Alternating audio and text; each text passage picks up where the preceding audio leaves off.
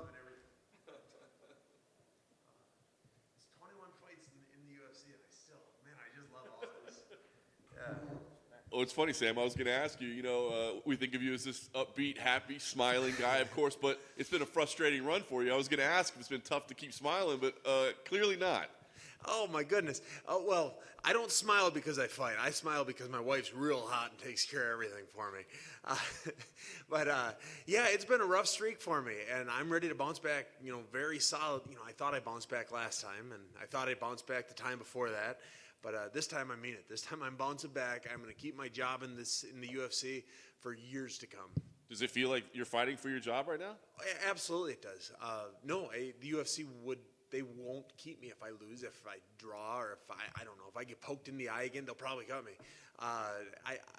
As rightfully they should. I haven't won, and I am a winner, and I'm going to go out there and I'm going to prove it again this weekend. That's awesome. The last, obviously a loss is always going to be frustrating, but the last one seemed to really bother you. Was it the result, or was it just the effort? What was it that frustrated you so much? It was about the most perfect a fight as I could have fought. I got caught once in the third, and I was fine, got back up. I still outstruck. I don't need to go over how the fight went, but man, I couldn't believe, I stood in that cage and I could not believe how anyone saw it that way. And then I've watched it a dozen times since then, and it was a hell of a fight. It was a very admirable fight. It was great. But how anyone saw it a draw is beyond me. Yeah. So the lessons you take out of that after the last two especially, is it just the old cliche, right? Don't let it go to the judges? Is that all you can take out of it? Yeah, and now since my last one particularly, but maybe my last two, I've been on a bit of on every interview I'm saying we need to reform judging. I don't exactly know how to do it. Joe Rogan had a great idea, and that's have more judges. Why only 3? Why not have 9 or 11 or 13? And I can't think of a reason. So every chance I can, I'm trying to preach that, because if there are judges that are going to do poorly, let's try to ignore them and with decent judges. Would you ever judge, after your career's over? Would you want to be a part of that? I like coaching too much, so I would love to judge, but the problem is I wouldn't be allowed to, because I'd be coaching every other guy on the card. I like coaching too much to judge. I have all the respect. I have all the respect in the world for the judges. I don't believe you. They've got a tough job. I'm sitting on my couch at home. There have been a couple fights where I thought, I don't know who won that round. And so I'd hate to be put on the spot like a judge is, but I think I'd get it right more often than they do. Nice. Well, let's talk about this matchup. Obviously a big one for you. What'd you think when they gave you the name? Kind of a newer name to the organization, but a dangerous guy as well. So what'd you think about it? Yeah, well, at first I was supposed to fight Zach Cummings, and he had a medical something happen, and so it was, not that last minute. About 4 weeks ago, I got Julian Marquez, and I looked him up, and dude's a stud. I've really enjoyed watching his fights. Every fight I have, I watch my opponent's fights over and over and over and over again. I like doing it. And it was really enjoyable to watch his fights because they were all really enjoyable. And there were things to take away from each of them. He kind of lost all of them until he'd win. His debut, he lost round 1 pretty, it was a good round, but he lost it. And then he won pretty dominantly in round 2. His last fight, he got beat up for 14 minutes and then dug down deep and choked him out.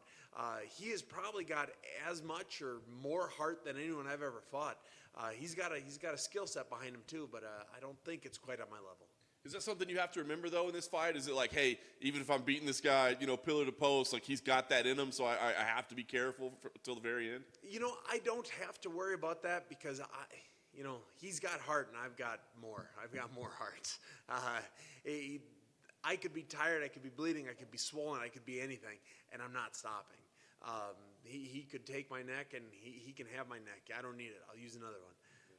Nice. Last thing for me, I'm curious. I don't know if you heard his comments yet. He was here earlier today, and he said, Sam Alvey's evil. I'm like, nobody calls Sam Alvey evil. He's like, man, that guy, he's like, I see through it, man. He's smiling. He wants you to be all buddy-buddy with him, but it's all a ploy. It's all a tactic. What do you think when you hear that? I didn't hear him say that. I'll have to Google it. Mike Perry said the same thing years ago. He went after me on Twitter, Mike Perry did. And then we had a fight together in Florida against, I was fighting Pracknell, I believe. And at the end he said, I was wrong. He said, yeah, I'm kind of sorry for it, but no, you seem like a good dude, Sam. So, well, thank you. So, you know what? He can think what he wants. For 15 minutes, I'm going to be evil. I'm going to try and shorten his life for 15 minutes. But before and after that, he's a great dude, and I will respect the hell out of him. Have you seen much of his out of the cage shtick with Miley Cyrus and stuff like that, or is this all news to you? Yeah, no, I saw that. He did my girl T Swift dirty. He didn't even mention her. And so, yeah, I guess it's. If Miley's in his corner, Taylor Swift's in mine. Well, it's funny you say that because he was there earlier, and he says he believes you'll come out to T Swift representing her, and he says no, I've got history with Taylor as well, so it could be a battle of the bands kinds of thing. Have you spoken to anyone at the UFC about the judge's decision that you are so unhappy with? No, because at the end of the day, they don't care. I mean, no, as they shouldn't. It happened already. It's done. I will in the future. I will be.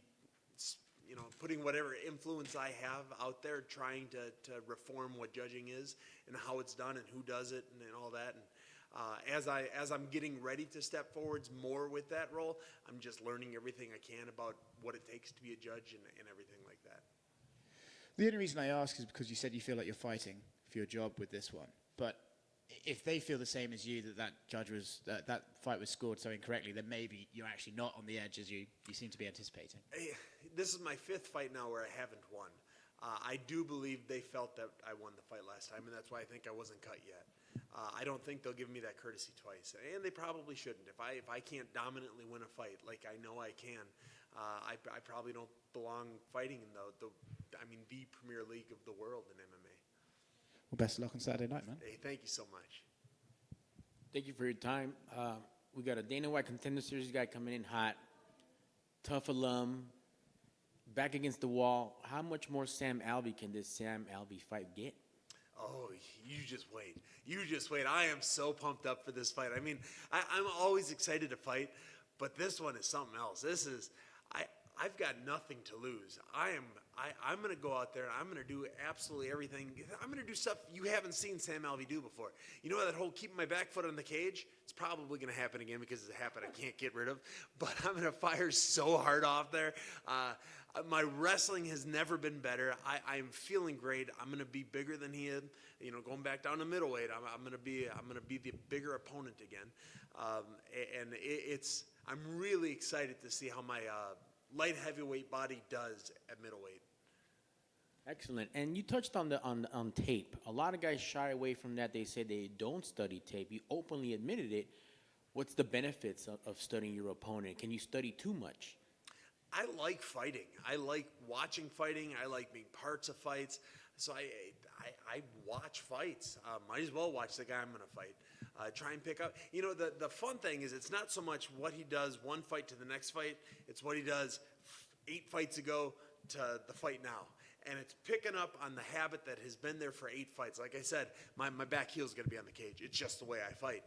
It has been there 8 fights ago. It was probably there 50 fights ago. Man, I got a lot of fights. It's something that I'm sure if he's ever watched me fight, he's seen my back heel stays on that cage. There are things I've picked up, I believe I've picked up from him. And it's nice. This is his 4th fight in the UFC, but he's fought in some other organizations as well. So there was footage to be watched on him. And he's got some habits that he did in his last fight that he did, 5, 6, 7, 8 fights ago. Excellent. And that is a future coach talking right there because Freddie Roach said when he trains people, he doesn't look for mistakes. He looks for habits. I like it. I like it. All right, man. Best of luck Saturday. Hey, thank you so much.